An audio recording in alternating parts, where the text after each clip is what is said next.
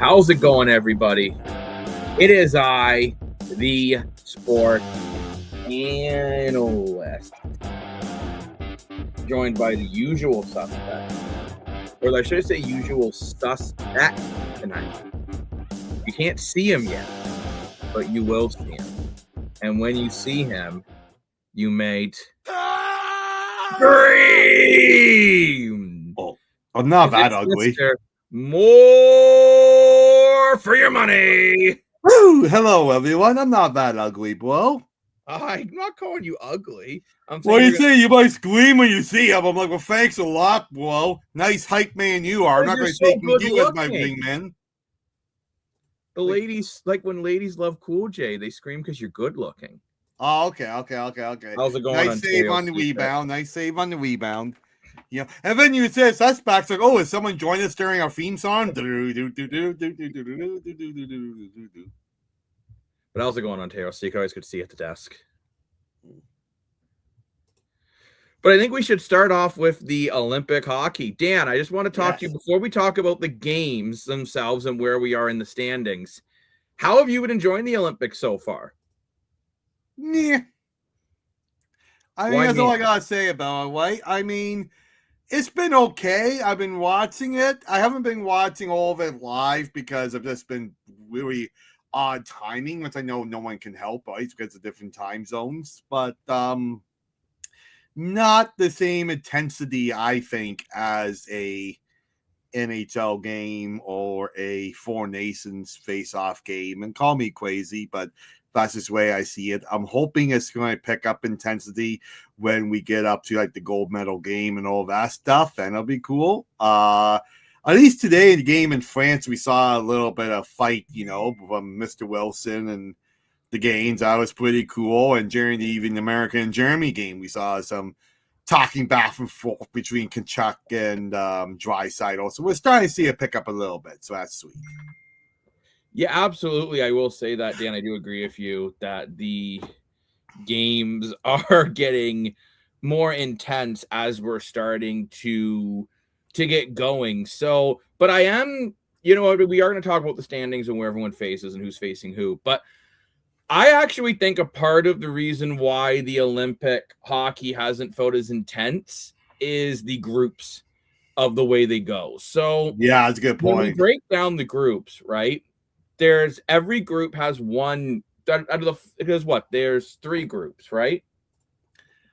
I thought there was 12 countries competing. So that would be 3 teams in each group? That'll be 4 groups.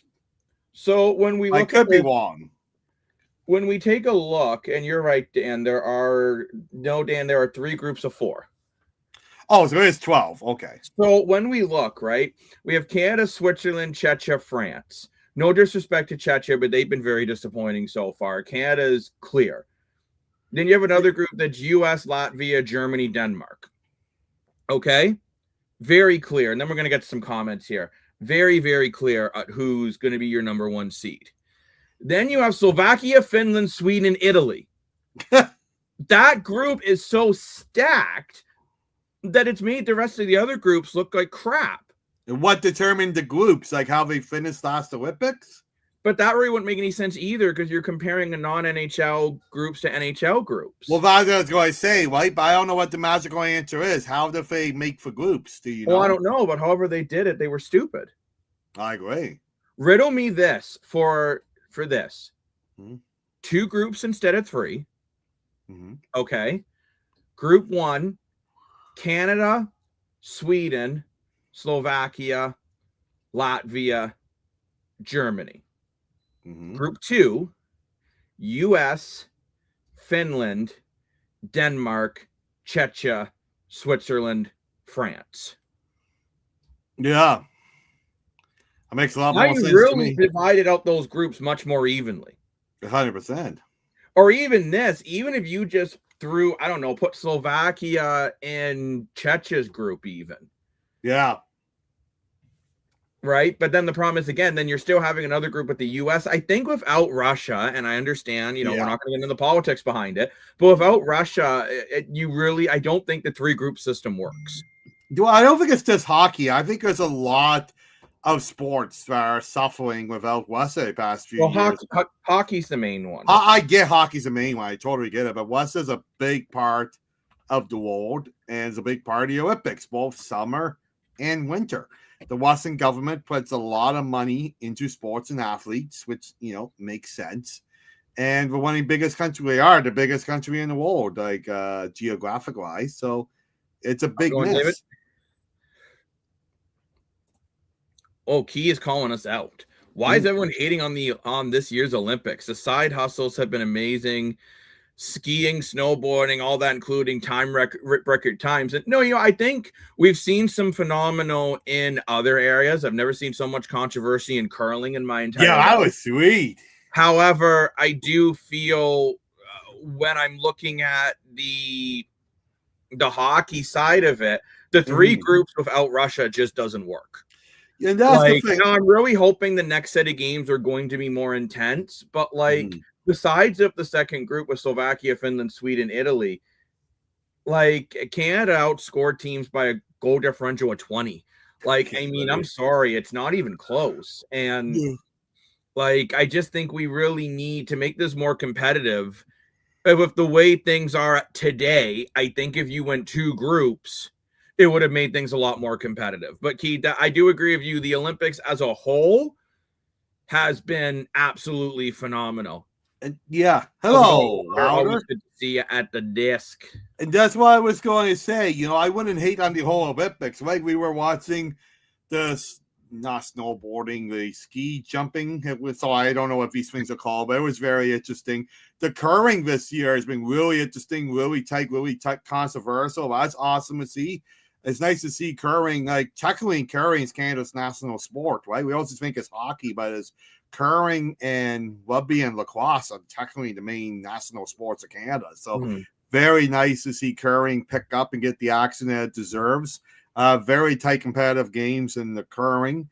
And figure skating, all controversial in that, and ice dancing, of course, too, and speed skating, all that. So I've been watching little highlights of the Olympics. It's unfortunate it's not enough hours in a day when you're working in school and everything to watch 22 hours of the Olympics. But another comment here. It looks like some French players, I like some of the looks of those French players have. It's unfortunate they don't have enough players to make a team that's enough of a threat. Because a few of those players looking like Gretzky out there, I think France, give them a couple more years, maybe they'll be a bit stronger as players continue to develop and get better.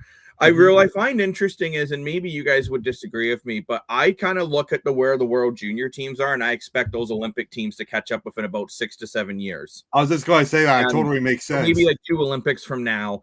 And that's where I think teams like Czechia and Slovakia is a prime example. You've seen Slovakia the last 5 or 6 world juniors have looked a lot stronger. And now all of a sudden, they led their group with a group of Finland and Sweden. And Italy, even Italy, I know they didn't win a game, but even Italy gave Sweden a run for their money.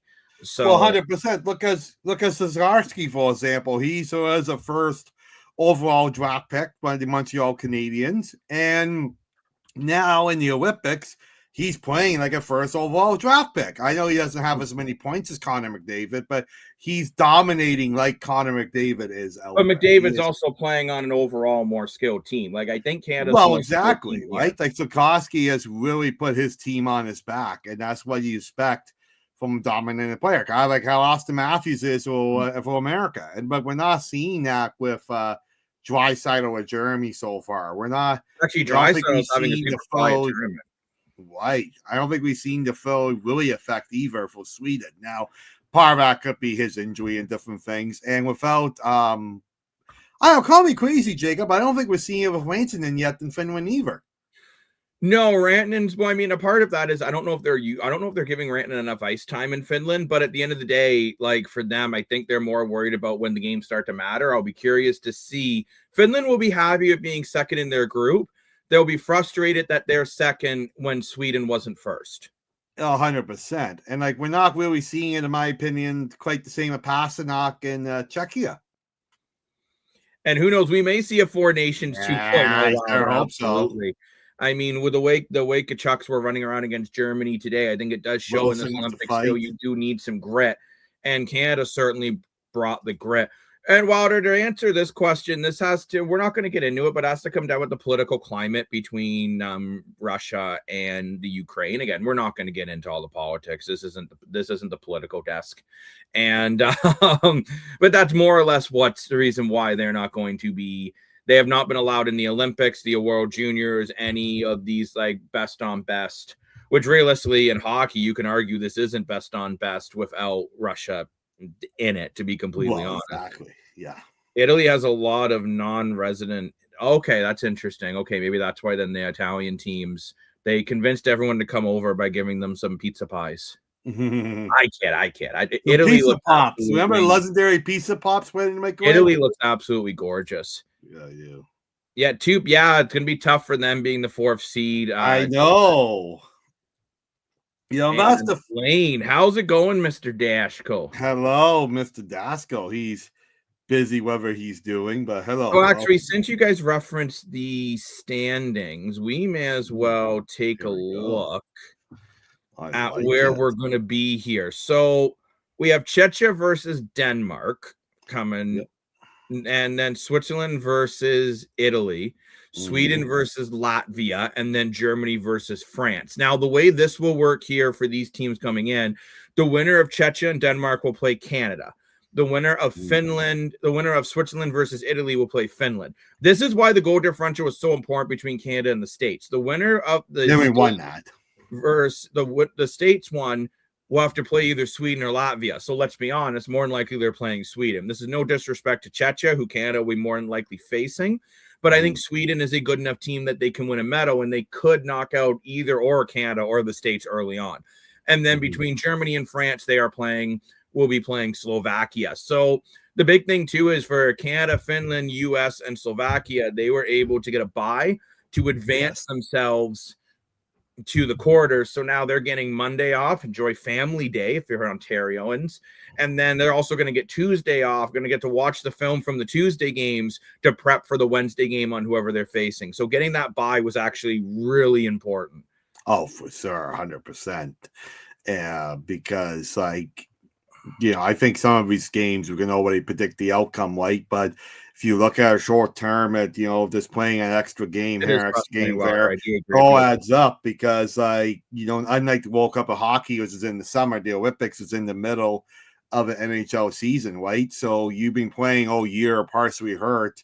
Now you got to play all these extra games in Europe, and you got to go back and finish the NHL season in a playoff one. Well, look at Kevin Fiala. He's out for the year.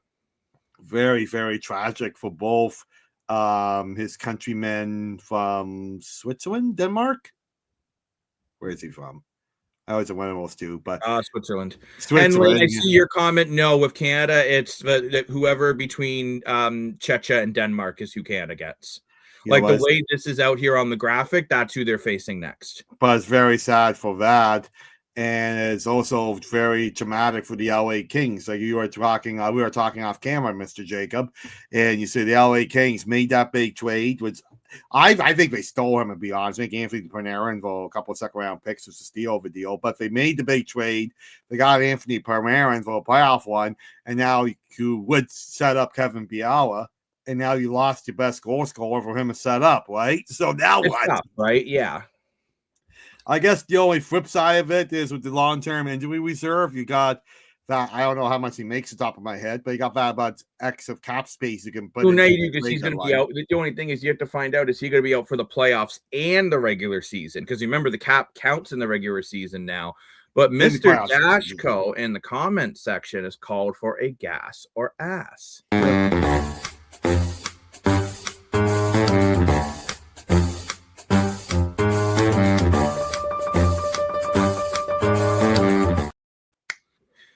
Gas or ass? Matthews can show fight with his Team USA, but does nothing with a leaf on his chest. I personally got to go ass on this one, Lane. I understand you. I don't think you would give Austin Matthews a glass of milk to go with his cereal. That's totally fine. I kind of feel you can also argue Austin Matthews is playing with 100 times better team and teammates right now. You could say the same thing about Connor McDavid. Connor McDavid could score the game-winning goal for Team Canada, and then the last 3 elimination games in the Stanley Cup Finals, he has 0 goals, 0 assists, and he's a minus player, right? So you can make that, say what you want. You can make that same comparison. Now the comparison will be Connor McDavid gets to the finals. Austin Matthews can't even get past the second round. But it's tough for me to blame one guy for everything, right? I mean, I personally think that Matthews line is the state's best line. Him and Boldy were flying out there. I think the Kachuk brothers are just too busy trying to just beat everyone up than actually playing hockey. But Dan, I can tell you're shaking your head, so you're definitely gassed with Mr. Dashko here, aren't you? Okay. Here, I got an interesting take on this. I am gassed with Mr. Daskell with a few howevers and buts here. Okay. Yes, Austin Matthews appears to play better for Team America versus the Toronto Maple Leafs. I agree he has failed as a Maple Leaf. However, even though Austin Matthews is the captain of Team America, now let me finish. Even though Austin Matthews is the captain of Team America, I feel he's not the guy on Team America. Like, there are a lot of players around him. If Austin Matthews is having an off night, other players like the Kachuk brothers or Larkin from Detroit or whoever, nice Wick, or whoever can can step up and do with the team. Also, this year, his line mates in Toronto are, kind of pathetic. And also, in the NHL, Austin Matthews is playing against the top set-down defensemen, the top goalies in the world every night. Today, for example, he scored 2 goals against a German backup. Like, I don't really care. I don't really care if he scored 17 goals with Team USA today. It doesn't really, in my opinion, he hasn't shown up with Team America yet. I will say, you could the one time when he had the opportunity to show up with Team America was the Four Nations, where he played with NHL players. He was playing against NHL players, and guess what happened? He lost. Okay, but Dan, again, he didn't really lose. Binnington won. That was the difference. Jordan Binnington made save after an incredible save. And you can say yourself, Binnington's not the best goalie in NHL. He is when it comes to games that matter. Like, if you look that game against Czechia, Binnington played great. The game today against France, Binnington played okay. You know why? Because this game meant absolutely nothing. Because at the end of the day, it was easy. And for guys like Matthews, I'm going to say the same thing in this tournament about McDavid, Celebrini, and all these other superstars, until they do it in games where they're actually playing some good competition. I'm not really I'm sorry, but the Olympics to start has been a lot of blowout games because of the way it's formatted. I mean, at the end of the day, you got to win your games. Like, look, if the States didn't come in half asleep against Denmark, Canada could be potentially facing Sweden in the quarters. Right? And you look at that goal differential, it is a big difference between the States being half asleep against Denmark. Because remember, that game was 4-3 at one point. They were down twice in that one. So, I think Canada is definitely the best team in this tournament. I just think until we see them play against some higher end competition, like, I'm waiting for Canada to face a Sweden or a US, a Finland, a Slovakia. That's what I'm really waiting for until I can really say, like, this team is the best team never touch ice, because people are saying, is this better than the last Olympic team? I'm like, you can't really make that argument yet because we haven't seen real competition yet. Maybe on paper they are, maybe in points or skill wise, but it's like, and until they do something, we don't really know. And the crazy thing is, there's a good chance that Sweden beats America in the quarterfinals. America's out. We all want that huge rivalry of the four nations versus. So what? So you think Sweden is going to beat America? No. I think it'll be hilarious if America, after all their yipping, that's right. Okay, pull it in the quarter. I mean, this America team, in my opinion, it's missing some sports going. It's missing some speed. You left like Cockfield and Robinson at home to bring in Miller and Trotiak. And, we're kind of seeing this now, right? A little slower, a little bit older. So, yeah, well, whether they play Canada, well, there's a good chance it might not be face Canada. I know Sweden hasn't dominated this tournament yet, but Sweden is arguably one of the best teams in the tournament. So now they're playing a game that matters. It could easily step it up. And to answer your question, David, neither players from the fight in today's game are getting suspended. Wilson isn't, and forgive me, I don't remember the France player's name, but neither one of them are being suspended. Great comment from here, Rick. I do agree. I don't know if the guy can count to 7 or not. I'm going to jump down to a comment here, and then I'll come back to a couple other ones. Yeah, and Wilder, I mean, if Canada loses to the States, I mean, let's be honest. Canada, U.S., and Sweden, I think, are all expecting to win gold. I think that's their goal coming in here. So I feel for any of those three teams, especially Canada and the U.S., if they don't win gold, this year will be considered a failure at the Olympics in hockey, just because of the way they're built. And I would even argue there's more pressure on America because of the attitude they've had coming in. Now, Canada, on the other hand, everyone's saying this is the most skilled team they've ever had. So if they don't get it done, that's also, it's going to be like, you're going to really look at the rosters and look at guys like Mark Scheifele. Yeah, good guys. We left home. There's a lot of good players, and Jacob Chikrin, maybe goaltending, depending on what happens. But I would look at too early to say right now about these. And honestly, Wilder, I actually think Sweden can beat the States. I really do. I think a Markstrom plays a strong game.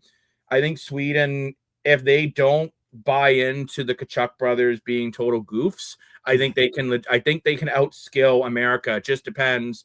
Will America actually get penalties called against them? Like the third goal today against Germany, they had too many men on the ice. They didn't call it. They finally called Kachuk for all his shenanigans by the time the game was over. Yeah, I didn't like that. Is better. I think Sweden has a very good chance of beating the States, but we also can't, I highly doubt it will happen, but you also can't assume that Sweden will automatically win their game, right? Because Sweden, just to double check, has to play Latvia. And okay, should they beat Latvia? Yeah, absolutely. But I Latvia beat Germany. That any team could beat any team at least once. Yeah. And we'll have to, again, they should beat Latvia. That shouldn't be a problem. And Sweden has had the advantage where they're in a group where they've already been tested, right? Like Slovakia gave them a run for their money. Finland gave them a run for their money. Hell, even Italy got an goaltending performance of a lifetime and gave them a run for their money. So Sweden, Canada, you could argue, is not battle tested. Their closest team was against Czechia. That was 5-0. Yeah. So it's tough for Canada, right? Because they're not battle tested. And I would argue the States are not really battle tested. Correct. Right? So although the States, I thought Germany at times took control. Like, let's be honest, the States have not, their closest game was probably Denmark. Yeah, that's crazy. Right? So it'll be more interesting to see. I'm curious to see how like Slovakia, Finland, Sweden do, since they're in a group where they've been playing competitive hockey from the jump, where these other teams have not. The other thing. So let's get to another comment here. As much as I hate the Oilers putting that aside, I think McDavid is way more so than Matthews. No, I'm not saying Matthews and McDavid are the same player, Key. No. I just made the argument, if you're going to say Austin Matthews never gets it done when it matters, you can argue McDavid has had the same problem in an Oilers jersey, because when it's a do or die game in the Stanley Cup finals, he has 0 points. You can't say that about Steve Yzerman or Mark Messier or Mario Lemieux or Yammer Yager and these other guys. And let's say the Oilers had lost these games, but like McDavid put up 4 points over those each game or something. I wouldn't be having this conversation. I just feel you can't keep not putting McDavid and Draisaitl in that conversation compared to other guys. It's not as bad as a Matthews or a Marner or a Tavares or a Nylander. But it's certainly not like people seem to be putting him with a McKinnon and a Crosby. And I'm like, but at the end of the day, when the chips are down, they've got it done. At the end of the day, when the chips are down, McDavid and Draisaitl have not got it done. Getting to the Stanley Cup Finals is great, but when you do it twice in 2 years and fail both times to the failed same team, and the second time worse than the first, you gotta wonder, right? And this year Edmonton looks terrible. Like they'll make the playoffs just because they're in a weak division. But Edmonton does not look good this year, right? They definitely got to do something at deadline. You know what, Ontario's secret? I will not wax your back. I'm sorry. Maybe Dan will. He says $20 is $20. Get to another comment here, and welcome to the desk. Yeah, new viewer. Thank you. Welcome. Do you think Canada and the U.S. will only bring their A game against each other, bracket Sweden or Finland? That's an interesting, and that's where I do wonder for Canada and the States, will you see what kind of game will we see then when both of those teams are playing teams that I think can actually beat them? And I'm not saying that to be mean, but that game against Czechia was close for a bit. Binghamton had to play really well in the first 2 periods. But let's be honest, once Canada pulled away, it looked like men against boys. And the rest of the tournament, Canada's outscored teams, I think 23-3. Like, it's been men against boys. The most goals they've allowed the whole tournament in a game so far was against France when they allowed 2. Yeah. So, like, at the end of the day, I just mean I'm very interested to see what happens when they have to play real competition. Same for the States, right? And again, that's where I think Slovakia, Finland, and Sweden almost might have an advantage because they are battle tested. But I absolutely love this comment here. I think that's a great point. Me too. I just want to say quickly too, thanks for finding us here on YouTube. We've been doing this podcast for a while now. We're growing and growing and growing. And if you could please subscribe to the channel, that's a huge help. I know you're sick of hearing it, but it's a great help as it builds the algorithm. The more we can do with the algorithm, the more we can do for you. So the more subscriptions, we just hit 120 subscribers the other day and 53,000 views on YouTube.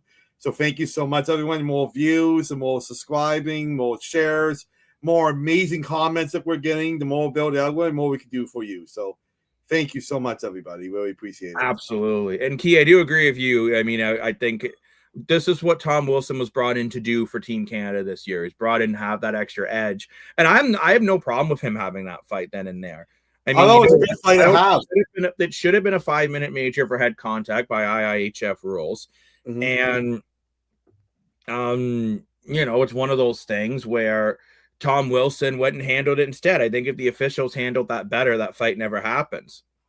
Yeah. He very well I give winning goal against Canada, Wilder. I mean, you got to remember, Austin Matthews, going for the last 2 months, has been one of the best goal scorers in the NHL. The problem is now in Toronto, Nylander's been injured half the time. And I'm sorry, but after Matthews, what do you have? You have like Bobby McMahon and Jason and Nick Robertson. That's the issue in Toronto this year. The team's just not good enough. Yeah. And we will get to some CFL. I have a lot of graphics loaded. Yeah, it's a lot of cool stuff to talk there. Yes, as one of those is Curly Gittins Jr. is heading to the Hammer. Hammer time. You're no longer Leafs man. Oh, Leafs man 222. Welcome back. Yes, we know you're subscribed. Thank you. That's awesome. Welcome back. We appreciate all of you coming back too. It's just as important as new people. Oh, absolutely. We really appreciate it. So thank you. We will talk CFL.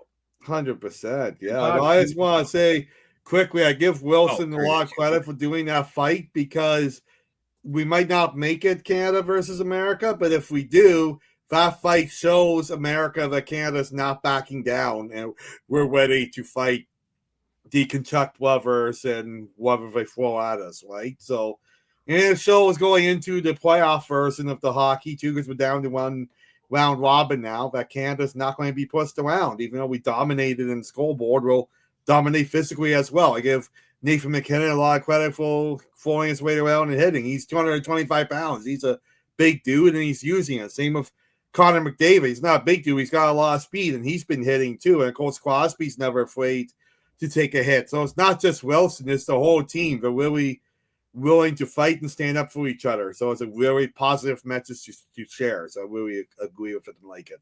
Now, remember, though, the only issue for Nathan McKinnon, he did get banged up at the end of that France game. And I will say this, too. I thought it was a mistake by John Cooper when the goal differential was at a point where the States probably weren't going to catch. Why is Nathan McKinnon out there? That's what I was saying off camera. Just put out a bunch of, like, I don't know, put out like Sorelli and Bennett. No, sorry, it's not well, playing. Sorry. Why not put Steph Jarvis out there? Like Jarvis and Bennett and Horvat, and they're still very good players. It's not like you're putting out a bunch of nobodies. Well, they're still top players in the NHL. Yeah, and why not put out? And I will say too, I think Bo Horvat shut up a lot of critics. A lot of people fantastic on this team. He's been one of Canada's better players so far. And he's banged up still too. You saw how bad his eye was. Holy cow! But I'm like, why not put out Seth Jarvis out there when you dominated the game? Because Air Canada, awesome story. You want to look up on Instagram. Air Canada flew out Seth Jarvis's friends that drove from Winnipeg to Ottawa to watch him in the Four Nations. And they flew out his friends to Italy so they could cheer him on there. So they were there in the stands today. This would have been a nice story to sum up the Jeff Jarvis scoring. You could have got a little more playing. His friends wearing. Great shout out to Air Canada. We're not sponsored by Air Canada, but we could be. Could we, Dan? We could. That way the podcast can fly. There'll be a flying deck so we can go anywhere. Get even closer to the camera now. Yeah. See? But absolutely, that is exactly why Cooper brought Wilson. I mean, Tom Wilson, too, isn't just a fighter either. Like, he is proving... No, he's a very talented player. So why was McKinnon out there? It's the same reason as McDavid. The boys want to get injured there, so they may get to stay in Italy longer. Hey, maybe. That's funny. We said McDavid's having a time in his life out there, and both Team Canada... They all took the subway, Puckwood Transit. I don't know if Marner did or not, but the West Side team did. And in Sweden, Nylander has been taking the Puckwood Transit in Italy. And, of course, Marner made a big deal about taking Puckwood Transit in the city of Toronto, saying it was unsafe. So they asked Crosby. Crosby's like, so we took Puckwood Transit? ? You know? It was a really funny reaction from Sid the Kid. It's weird that we're calling him Sid the Kid, and he's like close to retirement. Sid the not kid, I should say. This might be Crosby's last go at an Olympic medal, unfortunately. Well, yeah. I mean, if it were every 2 years, I could see him going again in 2 years, but 4 years, I would make him 42. I mean, Jaromir Jagr competed in the Olympics at 42, right? I believe. Like, if anyone could, it probably would be Crosby. Real pizza. Yeah, 100%. 100%. But now what I want to do, Dan, before we move on to football, I want to go back in time to a graphic we looked at earlier. Bring it back. Okay, let's go over some predictions. Dan, who's going to win, Czechia or Denmark? I think Czechia is going to get it done. I know they're being disappointing so far this year. It really shocks me. But I think Czechia is too good of a team to go home with Missouri. I am not wearing any chains, Key. Maybe I should get some chains. Oh, you have chains. I always wanted a chain. If we get more money here, I definitely walk a chain. I would say Czechia will take down Denmark, I think, pretty easily. And with Canada versus Czechia again, round 2. Which, again, is a whole problem with the way the seeding's been. But anyways, Dan, Switzerland versus Italy. I'm going to go a little surprise here, and I'm going to stick with Lane. I'm going to go with Switzerland. I think Switzerland looked a lot better than what we expected them to be. And I think Switzerland could give Finland a one for their money. So it'll be nice if Italy, the home country, gotta move on forever. And I give Italy a lot of credit. So making it close against Sweden, but I think Switzerland's going to get the W here. Yeah, I also think Switzerland will. I look at the Swiss team, the only other team in that group with a positive goal differential. I think they're a better team than what people realize. The only thing will be without Kevin Fiala, that's a huge piece gone. And if Wow. Italy can get the same strong goaltending that they got in that game against Sweden, I'm going to say this. If there's going to be an upset, I would say that's the one that maybe there's a chance. Maybe Italy, if they get good enough goaltending. I have a different take from you. Interesting. I don't Okay, think it's going to happen. I think Switzerland will take them down pretty easily. But I do feel if there was going to be an upset, the upset would be Italy over Switzerland. Because I think Latvia, I think Sweden's just going to dummy Latvia. Like, I don't think this game will be even close. I think Sweden's going to come in ready to go, and they're just going to dominate. What do you think, Dan? Yeah, I'm going to take Sweden over Latvia. So I give Latvia credit for beating the Germans, and they playing interesting hockey out there. I give them credit, but I think Sweden's going to really step it up this next game. And then last but not least, we have Germany versus France. I am calling an upset here, and I'm taking France. I know it sounds absolutely crazy, but for whatever reason, Leon Draisaitl does not look like he's on game this tournament. He's an idiot. Yeah, probably. But let's try and make it interesting. He's an idiot. Leon Draisaitl hasn't looked 100%, and Jeremy looks miscalculated out there. And you look at Canada versus France. Yeah, it's kind of the same outcome, 10-2 versus 5-1. It's kind of the same thing. However, France didn't lose without a fight. France fought Tom Wilson. They're fighting. They're hitting. They're getting great goaltending. They even got a couple goals against Jordan Binnington, which arguably is the best goalie of his whole tournament so far, only allowing, 2 free goals in, the whole 3 games? So I'm going to call an upset between Germany playing not so hot and France playing better than expected. I just love the mindset of this team here, too. One of the France players, I'm so sorry, I forget who it was that said it, but one of them said in an interview was, we know the world's laughing at us. We know that no one's expecting us to do anything, and we don't care. We're still going to play our game anyway. I give him so much credit for that. So that's the upset I'm taking. Key's taking Italy as her one upset.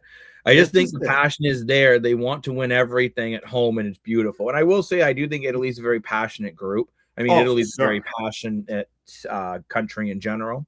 100%. So, I mean, it would be nice for Italy if they could. They did win their first ever women's hockey game at the Olympics. So who knows? Oh, cool. Good for them. Never know. We'll have to wait and see. But then if things go, so remember the way it would work then for the next round. Oh, but are you taking Germany or France? Germany. Okay, Germany will win this game. Group hour will start against France. Germany will win that one. And I actually think, Dan, you think that's going to be the potential upset? I think that'll be a blowout. Oh, interesting. So which one do you think is going to be the upset? If I'm taking an upset, I actually agree with Key, and I think the upset for me would probably be Italy finding a way to beat Switzerland. Because I look at the teams, and I don't see Czechia or Sweden getting eliminating this early. I don't think France is good enough to beat Germany with Germany's top-end talent. So I'm looking at Switzerland as probably the one that, they're missing their best player. They've been better than expected in this tournament, but let's be honest, Czech has been disappointing and France hasn't been very good. I think Italy might be the one. With good goaltending, they gave Sweden a run for their money. So maybe I actually don't think we'll see an upset in the qualifying, but if we're going to see an upset, I think it will be Italy getting the upset win. The other crazy thing is Denmark almost beat America. Yeah, but Czechia's been underperforming. I think that coach is going to light something under everyone's ass and get that team. Well, that's how I feel about Czechia too. Yeah, because Czechia's been, in my opinion, they have been the most out of the teams that I've expected to do well. Czechia's been the most underwhelming. 100%. Yeah. Like I thought Czechia would be a no-brainer, second in the group, if not first. And maybe that's why too these groups have felt a little lopsided because Czechia hasn't been very good and Germany has struggled a bit more than what I thought they would too. But I also just think Group B is way too stacked and Group C and A are too weak. Right, yeah, for sure. That's all I'm saying. But I think without Russia, it's got to be 2 groups, not 3. I agree. Just if you had Russia, right, then you could put like Sweden and Canada's group, Russia and America's group, and now all of a sudden these groups are pretty even. Mm-hmm. You could put Finland and Slovakia together. Yeah, and keep those two together, or even swap Finland, or even put Czechia in that group, because Czechia and Slovakia is always a good rivalry. But time will tell. So, and then again, depending on how these all go, the winner of Czechia, Denmark will play Canada. The winner of Switzerland, Italy will play Finland. The winner of Sweden, Latvia will play the United States. And the winner of Germany, France will play Slovakia. And actually, before we move on out of hockey, there is one I want to ask you, Mr. Moore, for. Yes, sir. Is it fair to say Slovakia has been the biggest surprise on how good they look? I wouldn't say biggest surprise, because I think the biggest surprise is how bad Czechia and Germany are. I know we weren't expecting them to be the powerhouse of the tournament, but I expect them to have more than one win at this point. But I will say the best. No, I don't know, Jacob. I don't know. I agree. Slovakia is playing incredible, but I was going to say Slovakia is the best positive surprise. But no, I can't really say that. You could argue I think the best positive surprise of this Olympics is that Latvia has won a game, Denmark has won a game. I mean, Switzerland has won a game. This is great growth for the game of hockey. So I think it's incredible what Slovakia has done. And Sikorsky, holy cow, Montreal looks smarter and smarter every day, taking him first overall. We all thought it was crazy when it happened, but wow, they look geniuses now. But, I think the best good surprise is Latvia coming up with a win. Whoever had to have a bingo card. So I would say for me, though, my top surprise team would either be Slovakia or Switzerland. I didn't expect Slovakia to win their group. And I didn't expect Switzerland. I'm not surprised Switzerland's won a game. Actually, has won 2 games. I'm not shocked about that. I'm shocked that they have a positive goal differential. So, you know what? They've been decently competitive throughout the whole tourney. So that's kind of been my interesting one. But you know what? All the players get a day off on Monday. If they want to get busy, apparently they're out of condoms at the Village. So I don't know what they're going to do there. That's something that always seems to happen at the Olympics. I don't know why. I guess they need to call Moore's Milking Company. I don't know. For anyone who hasn't been on our show from back then, a viewer said we need to start our own milking business. Take that as you will. But yeah, back to the comments section. Yeah, Macklin has turned into my favorite player overnight because of the Olympic performance. Yeah, I've been saying this. For sure. This whole tournament, I think low-key Macklin Celebrini is the next Connor McDavid. I think he's that talented. Yeah. I know this is just coming from overweight dude in his basement, but I personally think that Macklin Celebrini is the real deal. I absolutely love this kid. We're finally seeing the next generation in the NHL. We had Crosby, Ovechkin, then we had McDavid and McDavid, Matthews, Kaprizov. Right, all of them. And mind you, I still think seeing McDavid is better than all of them, but yeah. Oh, I agree with you 100%. And now we're seeing Celebrini, Matthew Safer. We're seeing Aiton Dantonov from Montreal. Connor Bedard. Like, this next generation is thumbs up. We're seeing the next gen, that's coming up, and not like the next gen game for the Leafs when they have like a 10-year-old going, Austin Matthews. Yeah. Like, we mean like the next generation of hockey talent. I get what they're trying to do. And to me, it's just a little bit of a miss. I don't know if they have a change, but I'm not vibing that. But Dan, another question about the qualification round. Okay. Who has been your most disappointing player? Like a guy that you really thought would be playing at a really high level. To me, this is obvious, so I'm surprised you're not. To me, it's obvious too. Are we saying at the same time? All right. 1, 2, 3. Leon Draisaitl. Yeah. Like, he has always done his wine. Terrible. He has not looked good at all. He's not even leading Germany in points. Really? Yeah. No, he's not. And that's just not good enough. Keisei Marchand. Oh, come on. He will play in the quarters, by the way, Brad. I love him. At least he waved at the camera, didn't give the camera the finger, so that's a good start. True. Because everybody put the camera on him and he was watching the game. Unlike someone else, we won't say any names, Let me see. Leon Draisaitl. I was calling William Draisaitl for some reason. Oh, So yeah, because William. leading points for Germany is Tim Stützle with 4 goals. Leading the whole tournament in points is Connor McDavid. Then it's Macklin Celebrini. Then it's Slavkovsky. Then Crosby. Then Matthews. That's your top 5. Yeah, makes sense. Leon Draisaitl's not even on the first page. I thought Draisaitl could have been in the top 5, arguably, or at least a top 10. I picked it Draisaitl to be bare minimum top 10. Draisaitl is not even on the first page for goal scoring. Currently, the goal scoring lead is being tied with Celebrini and Stützle. Second, Matthews, Timo Meier, Osling, and Slavkovsky are all in second. Well, how many points does Draisaitl even have? It just doesn't go by player. It only shows so many points on the board. It doesn't show everyone. Okay. On their website. So I'm trying just for you, Dan, to find out. Valentine's gift just for me. Okay. So I'm on the statistics. Leon Draisaitl has 3 points, 1 goal, 2 assists, and he's a +1. Like I know that's only not terrible. It's not good enough though, right? Like I think for Germany, we all said that he'd have to be their best player, and I think Tim Stützle has been their best player. 100%. He's been great. Look at Connor McDavid, 9 points. I mean, come on. Like, okay. And I mean, Grubauer net's been pretty good. Got a 9. He has 1 save percentage, 2.56 goals against average. Like he's looked pretty good. And also, for all our Barry Coates fans in the chat, Matthias Niederberger is their 3rd string. If you remember Niederberger, I forgot about him. I don't know where Football Talk with Sam is, but he's probably packing because he has a move in a week. He's moving up to Barry next week. What a week! He's a big Barry Coates fan, so he'll know who that is. That's awesome. We love the OHL here at the desk. We do, 100%. I've been in OHL game in a long time, but you gotta go, Bo. I keep telling you. It's because I'm too tired, Mr. Wolf. Literally. Worked too many hours. Trevor Daly. There's a throwback name.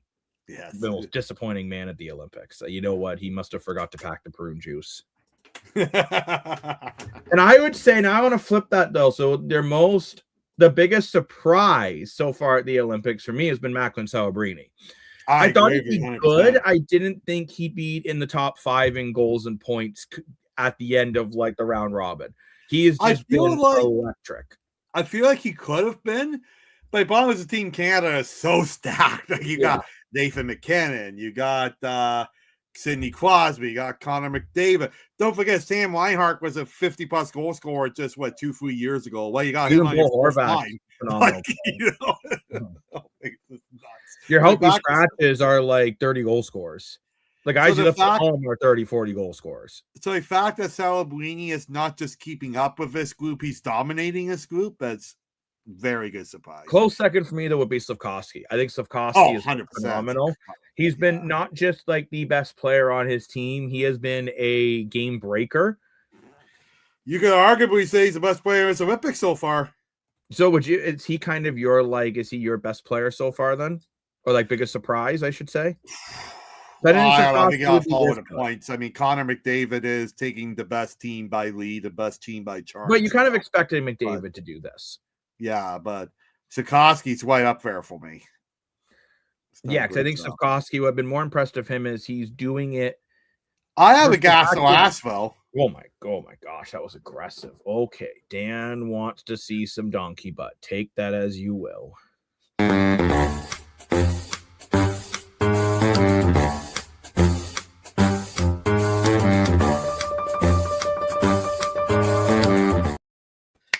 Gasso-Ass. Seeing young guys like Sikorsky in Slovakia and Macklin Celebrini for Canada, will these Olympic experience make these players better for their NHL team for a playoff run, or will it just be the same old with kind of like Matthews and Marner, who have been here before in big international play and still haven't stepped up in the playoffs? I'm going to say gas because I personally think this is. I think so too. This is such a great experience for these younger players. I mean, the great thing is for Sikorsky, especially, He's already been to the Olympics. Right. Yeah. Right. So, I mean, you have guys like Slavkovsky who have been there, done that. And I mean, he just keeps getting better and better. Montreal, for any Habs fans in the chat, you got a hell of a player in Slavkovsky. I think he's a guy that needs to get more minutes in Montreal. Like, he's an absolute dynamite of a player. And I mean, we're seeing it more too with Slavkovsky because Slovakia is a top end talent heavy team. But I mean, Canada, it's incredible with Celebrini because, as you said, Dan, there are so many other talented guys, and Celebrini's only 19 and doesn't look out of place. Yeah, exactly. Because a lot of times, like in the past, they will bring a young player with them. It's kind of like a token player or some gain experience or 14 forward. But that's not the case of Marcus Celebrini. He's playing for top line heavy minutes. He's on the second power play unit. Like someone's got to keep up with McDavid, and they don't look at the shootout goal, for example, today. Right, the penalty shot. They could have put any one of those guys out on the ice. They kept him down there. Even though his dad looked like a nervous wreck, he got the job done. Yeah, key interesting point here. You don't know if that necessarily will improve their chances to win a cup, but the franchise will never forget the mark made. Yeah, that's true. 100%. Maybe it's something again. I don't really think San Jose or Montreal is in a win a cup mode yet, but I think this will help these guys in the future just be ready to play in big, big moments. I don't think they are next year, but I think it could be next year or two. How's it going, me in Toronto? Always good to hear from you. Welcome back. Definitely. If you haven't had a chance to check out their content, me in Toronto, they do some awesome stuff. Watch out for some collaborations between me and Toronto and the Analyst Desk very soon. It'll be beautiful. It'll bring a tear to your eye. Like Dan will literally cry. I don't have a crying sound effect. I need to get one. That was terrifying. yeah, Dan, choke on that. But hey, let's hope Canada does. I think they got a good chance, but there's still a long way to go. But I think it is time now to move on to some Canadian football. Yeah, I'm surprised we talked about hockey as long as we did. Oh, we got another comment. Oh, yeah, a heart emoji. Yeah. Heart in Toronto. We do. My heartbeat. Oh, me in Toronto, I have the perfect sound effect for you. Yes.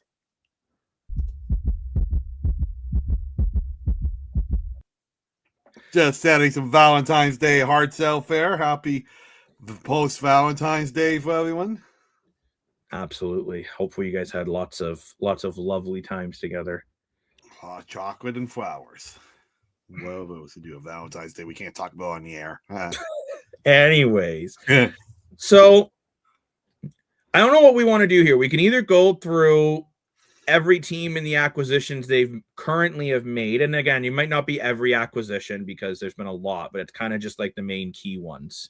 Yeah, if you want to see everyone, check out Wix Hamilton Sports Central. He was live on air for 13 hours or some crazy thing?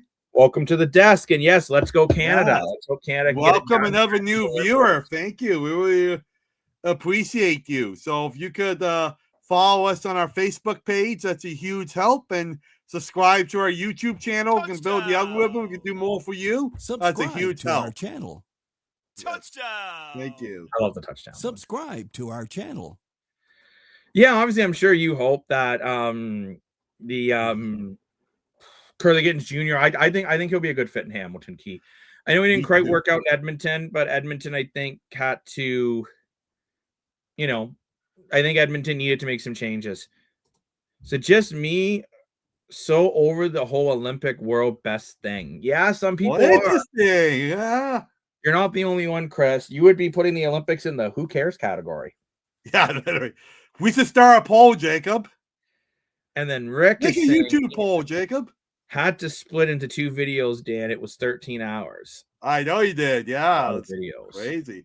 But awesome work you guys do at Hamilton Sports Central. So definitely check them out. They go so far in depth, and the amount of hours and dedication they put into this is insane. I give you guys so much credit and respect for what you do. So keep it up. And by the way, we will be working with the Hamilton Sports Central team again for CFL Fights Cancer 2026. So definitely keep your eyes on that. I can't wait to do that again with you guys and raise some money and raise some great awareness for that. Yeah, Edmonton did make a lot of changes to their O-line. Yes.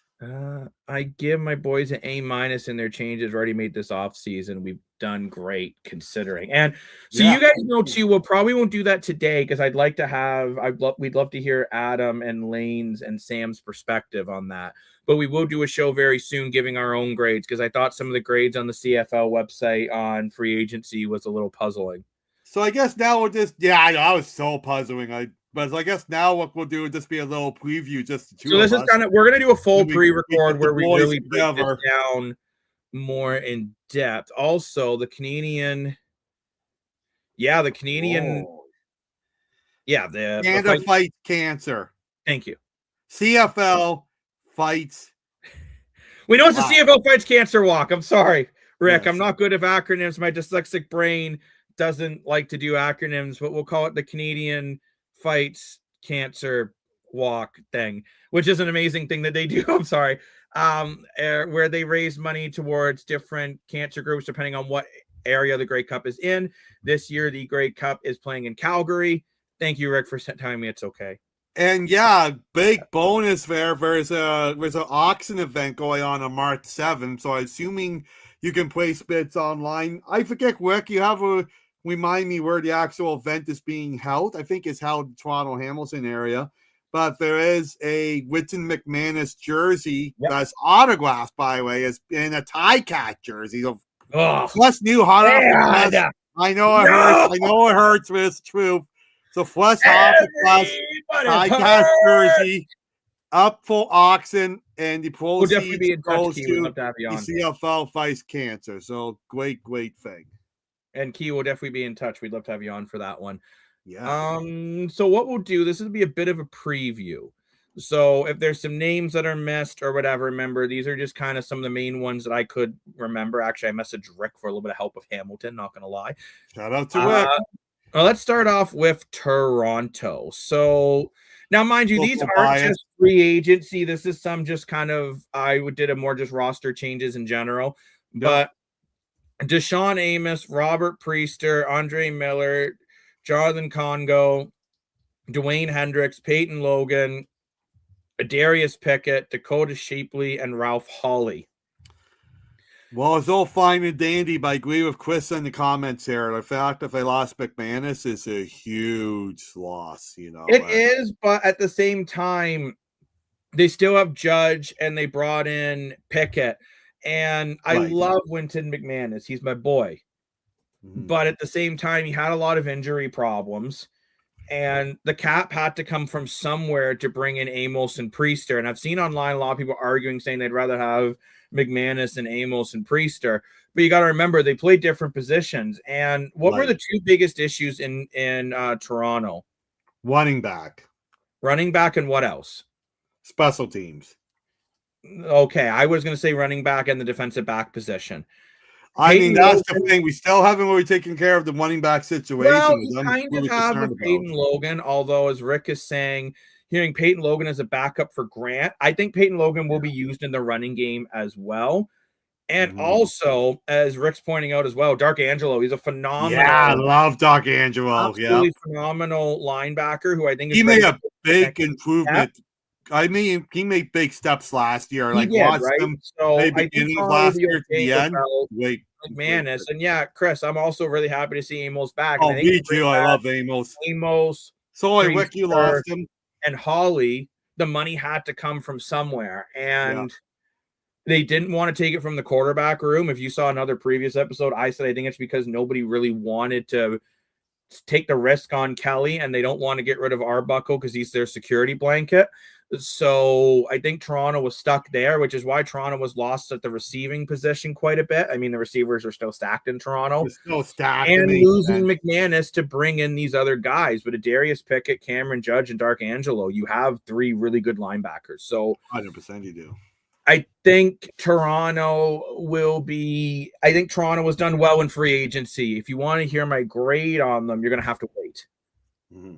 We'll go more in depth with some of the signings and all that. I just wanted to make sure we touched upon this. Mm-hmm. Key loves Amos. Key, would you marry Deshaun Amos? Dude. Dan would marry him, right, Dan? Oh, yeah. Of course. But Let's move on now to the Hamilton Tiger Cats. They And were talk about a busy. team that's busy. And I will say for Hamilton, my only concern for Hamilton, actually, first let's go over these guys. So they got like Alford, Gittins Jr., Reed, Trey Ford, Winton McManus, Wheatfall, brought back Shamar Bridges. I'm just rhyming off some of the bigger names here. Mayor Alford, obviously, like Alford's the biggest, was the best probably the best kick return specialist available on the market. So, okay, now I will get to the comment about Toronto here in a second. I see another comment about the Toronto Argos. But I'd say for Hamilton, you know how Toronto, we're kind of saying they had two concerns to address, and we feel they've addressed one of them. I feel Hamilton addressed the leadership issues, and not mean leadership in like a bad way, but I mean like a leadership guy that'll help them get over the hump in the playoffs by bringing in Winton McManus. Yes, they lost Tim White, but then they brought back in, Wheatfall. They kept Bridges. They brought in Gittins Jr. I think they'll be fine. They've brought in some really good defensive players. They brought in a new backup quarterback in Trey Ford. Eric Lofton's a great player. They've done a lot of great things. And Rick knows where I'm going with this because he's already thrown it in the comment section. But my biggest concern for Hamilton is they let a 1,000-yard rusher go and haven't replaced him yet. I say yet because I don't know Hamilton's salary cap situation off the top of my head. I thought I knew you like the back of my hand, Hamilton. If anyone knows down with Webster here, maybe the Prime Minister's tuning in. Who knows? Party's favorite.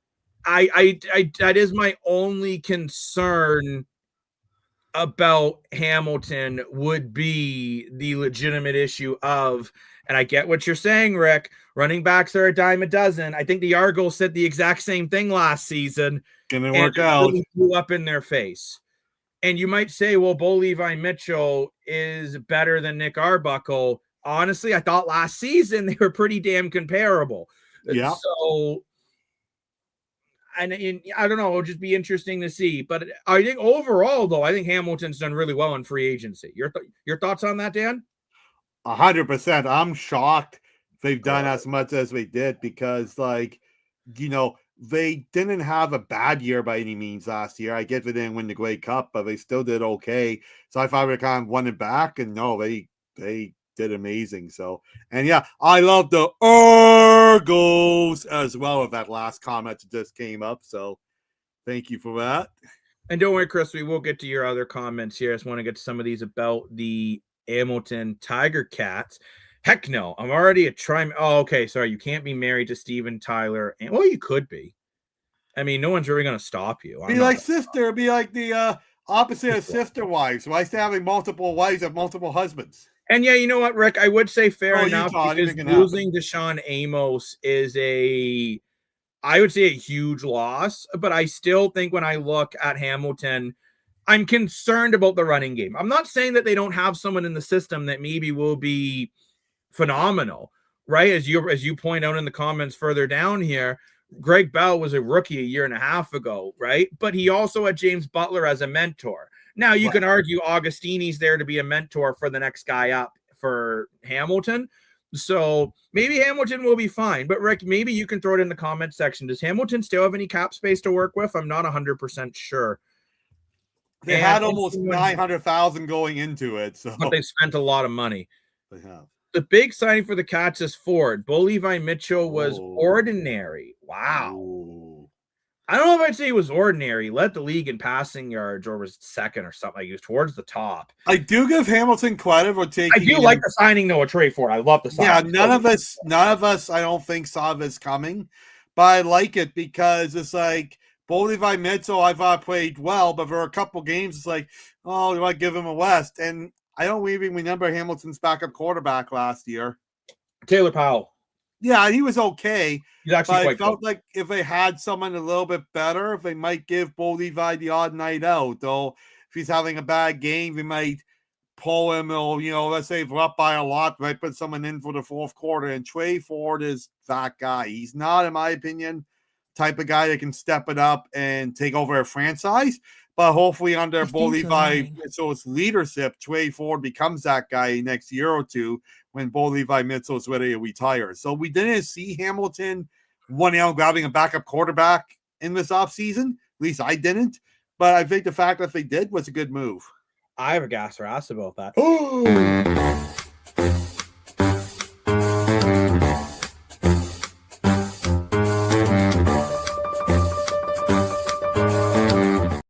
I swear, Rick is a mind reader. Gas or ass, did they bring in Trey Ford to either A, be their starter within the next year or two, or B, if Hamilton has a so-so start like they did last year, did you bring in Trey Ford for some competition? Gas or ass, is Trey Ford some competition for Bo Levi Mitchell if the start of the season isn't up to their standards? Call me crazy. I'm calling ass on this one. I don't think Trey Ford is there yet. I think he could be, and I hope for the sake of Canada, him being Canadian, I would love him to be a starting quarterback in the CFL. But last year, he had a game he threw under 50 yards. And I know Drake May did the same thing, but look what happened, right? I mean, I don't see it, so I'm going to say ass. Listen, Dan. Oh. Milanovic did well. Ricky Ray, Trevor Harris, Zach Klaus, look what he's done with Bo. And I think that is why 100%. He can potentially do it. And Christopher, the question was for me is if Bo Levi Mitchell comes out the gate slow, was Trey Ford there to bring in some true competition and maybe take over the starting job if Mitchell doesn't play well to start the year? The last couple seasons, Mitchell came out a little slow to start. Yeah, I said ass. What are you saying, Jacob? Bo Levi Mitchell will mentor Trey Ford for the next year or two. So I believe Rick is saying ass to my one part, but gas to my second. I think it's a little bit of both. I do think Trey Ford is there to potentially bring some competition, but I also think Trey Ford is brought in because Bo Levi Mitchell is not getting any younger, and they need someone who is ready to take over the job. And I think under the right coach, I think Trey Ford can be electric. He needed to get out of Edmonton. It just did not work in Edmonton. Chris is saying 100% gas. Oh, interesting. No nice. breaks, like Tom Toretto and Fast and Furious. But speaking of Crystal, let's get back to his comment here about the Argos. And this is about the Argos QB room. And Nick Arbuckle is not a security blanket. He was / is a backup for a reason. The reason why I say Nick Arbuckle was a security blanket is I know the record was bad, but Nick Arbuckle was his fofo. I thought Nick Arbuckle played, and all things considered, with a coaching mess, because they just should have wrote off Chad Kelly for the year to start and maybe gave Nick Arbuckle a proper preseason and got the receiving core to play a system that works and maybe, use that cap money to go get a running back. And this year might have been very different for Toronto last year, but at the end of the day, it's water under the bridge. At least we were without a bridge. I think Nick Arbuckle is truly a security blanket in case things don't work out with Chad Kelly, because like him or lump him, love him or hate him, whatever it is, you don't know from the injury how Chad Kelly will perform when he comes back. You just don't. No. So that's only my concern, which is why I think they felt between the quarterbacks that were available and what they had, they'd rather have Nick Arbuckle as their security blanket, aka their backup, over a Dustin Crum or a Taylor Powell or even a Trey Ford, because they know if Nick Arbuckle, they can win some games, and under a better system, they can probably win more. I totally agree with you, Jay. Nick Arbuckle's better than any quarterback is available. You look at Masoli, it still isn't signed yet. You look at some quarterbacks that could be on the move. Look at Bethel Thompson, for example. I don't think he's signed yet either. I think Nick Arbuckle's the best of the bunch. The fans around D complain increasingly about Bo Levi Mitchell. I don't know. Look, Bo Levi Mitchell, I think he gets overhated personally. And I see Rick talking about the slow start, which I will address that comment, which, by the way, I thought Mitchell's been really good the last 2 years. But I do find that Bo Levi Mitchell, he's a phenomenal quarterback. But him and Milanovic, I don't, at least from what I have seen, I don't think they see completely eye to eye. So I just think Trey Ford's brought for a little competition. I don't think there's anything wrong with having competition. No. And yet, and what I mean by the slow starts for Bo Levi Mitchell, I mean maybe not even so much him, but if we go back, whoa, Dan's just like, I'm sick of this crap. I know he's just trying to. No, I thought we focus a little bit. Sorry. But, I mean Hamilton's slow starts in general. They have not started the seasons the right way the last 2 years. I know last year they still got to the East Final. The year before they didn't make the playoffs because they started 0-3 or 0-4. That's why I'm so surprised. I'm not even saying that's completely Bo Levi Mitchell's fault. He was playing some good football in that instance. But at the end of the day, you need something there that's ready to jump in if needed. And even at Mitchell at his age, you hate to say it, but injuries are more common. You need someone in that backup position. And I think Bo Levi Mitchell's an incredible quarterback. Yeah. Personally, I think he is a top 3 quarterback in the CFL. I think that's a very fair statement. Like, I think right now it goes Nathan Rourke, Trevor Harris, and then Bo Levi Mitchell. And it's not even a huge gap between those 3, right? It's just, I think at his age, it's kind of like if I was Saskatchewan, I'm a little uneasy with your backup quarterback situation with Trevor Harris at his age, which we'll get into that. But that's kind of my thoughts on that, Rick. But certainly a great point you're making up. He is a superstar, even though the Edmonton Elks GM feels there is no superstars in the CFL. That's what I did. Already in this offseason, we see so much changes in signings alone, seeing totally different years CFL together. Yeah, the CFL, there's always so many changes in the offseason. I mean, look, we've only talked about 2 teams so far, and look how much we've already talked about, right? Yeah, exactly. That's why it's interesting to cover, too. And this is all thanks. Oh, never gas. Nice. Getting gas in the comments. This is what's nice about having the salary cap go up in the CFL, right? It is, yeah. Chris, you know what? You're hoping. Hope is not a plan if you watch the Quest Trade commercials. And yeah, and I'm glad you enjoyed our points here. You're saying the Ticats won the East pretty much because of everyone else. Saved the Owls.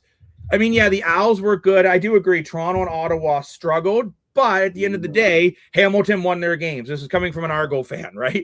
At the end of the day, Hamilton did win their games, and they're finding ways to put up a lot of points. It'll be interesting to see with the loss as DB, and I know, Rick, what you're saying about running backs, but with the running back situation, can the air attack win them as many games as the defense and the running game did last year? I think it's going to be an interesting season for Hamilton. But overall, I do love the moves Hamilton made. I thought they replaced Tim White's yardage very efficiently.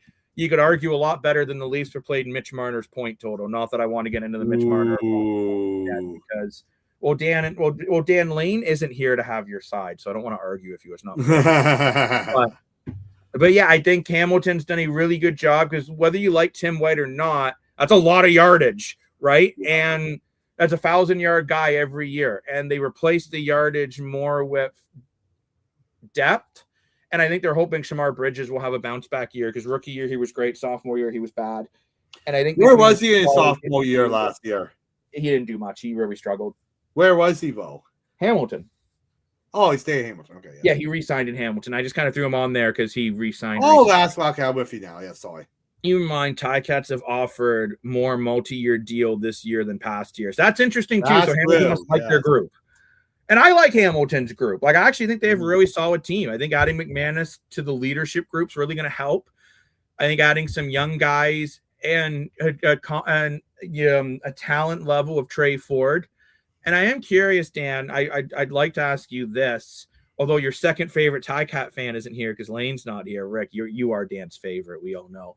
Dan, could you see Trey Ford being given some packages just specifically for him, where maybe if they want to change the offense up a bit, Trey Ford comes out for a series or two?